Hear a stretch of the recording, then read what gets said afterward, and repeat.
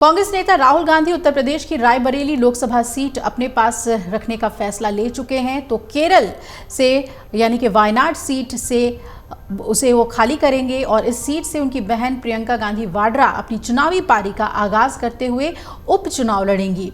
इस फैसले को लेकर कांग्रेस नेता प्रमोद तिवारी ने पार्टी नेतृत्व को धन्यवाद कहा और इसे सही फैसला बताया। प्रमोद तिवारी ने कहा कि मैं धन्यवाद देना चाहता हूं राहुल जी को, ये सही फैसला लिया है कि रायबरेली सीट से वो सांसद बने रहें और वायनाड से प्रियंका गांधी चुनाव लड़े। इस तरह से दोनों सदस्यों का प्रतिनिधित्व होगा। इस फैसले से आपने उत्तर प्रदेश के उस जनादेश का भी सम्मान कर दिया जिसने 80 में से 43 सीटें इंडिया गठबंधन को दी। आपने यूपी की भावनाओं का भी सम्मान किया और कांग्रेस नेता ने यह भी दावा किया कि प्रियंका गांधी वायनाड से 5 लाख वोटों से भी ज़्यादा अंतर से जीतेंगी। और इससे पहले कांग्रेस अध्यक्ष मल्लिकार्जुन खड़गे ने कांग्रेस के शीर्ष नेताओं के साथ एक बैठक की थी और उसके बाद राहुल के वायनाड सीट खाली करने और प्रियंका के वहां से उपचुनाव लड़ने से जुड़े हुए फैसले की घोषणा की गई। खड़गे और राहुल के अलावा कांग्रेस संसदीय दल की अध्यक्ष सोनिया गांधी, पार्टी महासचिव केसी वेणुगोपाल और प्रियंका गांधी भी इस बैठक में मौजूद थी। अगर प्रियंका उपचुनाव में जीत हासिल करती हैं तो ये पहली बार होगा कि वो सांसद के रूप में संसद में प्रवेश करेंगी। साथ ही पहली बार गांधी परिवार के ये तीनों सदस्य यानी कि सोनिया गांधी, राहुल गांधी और प्रियंका गांधी एक साथ संसद के सदस्य होंगे।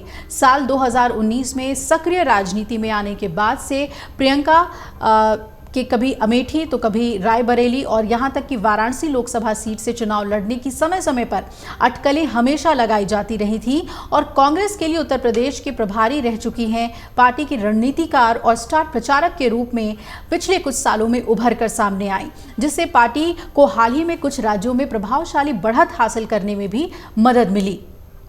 अब प्रियंका गांधी को लेकर समय समय पर अमेठी तो कभी रायबरेली और यहां तक कि वाराणसी लोकसभा सीट में चुनाव मैदान में उतारने की अटकलें लगाई जाती रही थी। आपको याद होगा कि राहुल गांधी ने कहा था कि अगर बहन प्रियंका को वाराणसी से उतारता तो वो जीत जाती। हालांकि ऐसी सारी अटकलों को दरकिनार कर प्रियंका गांधी वायनाड से अब अपने लोकसभा का सफर तय करने की कोशिश करेंगी और प्रियंका गांधी अपने परिवार की वो 10वीं सदस्य हैं जो लोकसभा चुनाव अब लड़ने जा रही हैं। पूर्व प्रधानमंत्री राजीव गांधी और सोनिया गांधी की बेटी प्रियंका गांधी का चुनावी राजनीति में आना अब हमेशा तय माना जा रहा था, लेकिन इंतजार था कि प्रियंका किस सीट से चुनाव मैदान में उतरती हैं। इस बार के लोकसभा चुनाव में भी रायबरेली को लेकर उनको लेकर अटकलें थी कि रायबरेली से उन्हें उतारा जाएगा, लेकिन फिर राहुल गांधी का ऐलान हुआ। देश के पहले प्रधानमंत्री पंडित जवाहरलाल नेहरू से लेकर राहुल गांधी तक उनके परिवार का सत्ता और राजनीति से बेहद करीब रिश्ता रहा है। उनके परिवार में लोकसभा चुनाव लड़ने वालों में पंडित जवाहरलाल नेहरू, इंदिरा गांधी, फिरोज गांधी, राजीव गांधी, सोनिया गांधी, संजय गांधी, मेनका गांधी, राहुल गांधी और वरुण गांधी शामिल हैं। प्रियंका गांधी ने लंबे समय तक सक्रिय राजनीति से दूरी बनाए रखी थी। एक वक्त तक उन्हें रायबरेली में सोनिया गांधी और अमेठी में भाई राहुल गांधी के लिए प्रचार करते वक्त ही देखा जाता रहा। हालांकि प्रियंका गांधी की राजनीति में औपचारिक एंट्री 2019 में उस वक्त हो गई थी जब उन्हें पूर्वी उत्तर प्रदेश के लिए पार्टी का महासचिव नियुक्त किया गया था। सितंबर 2020 में उन्हें यूपी का प्रभारी महासचिव बनाया गया और पिछले कुछ सालों के दौरान तो प्रियंका गांधी यूपी में काफी सक्रिय रहीं। यूपी विधानसभा चुनाव 2022 की बात करें तो उन्हीं के नेतृत्व में लड़ा गया था। महिलाओं और लड़कियों के वोटों पर पकड़ मजबूत करने के लिए उन्होंने लड़की हूं लड़ सकती हूं अभियान का आगाज किया था।